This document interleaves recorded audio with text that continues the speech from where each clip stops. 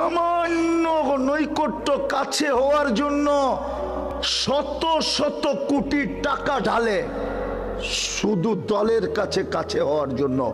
আল্লাহ তো ডেলি ডাকে ওয়াসজুদ ওয়াক্তারিব। যদি এই আয়াত কোরআনে না থাকে আর আল্লাহ যদি না বইলা থাকে, তাইলে হুজুররা বলো এদের জুতা আমার গাল এই মজমায়। আল্লাহ তো বলে ডেলি তোকে ডাকি কাছে করার জন্য, ওয়াসজুদ ওয়াক্তারিব।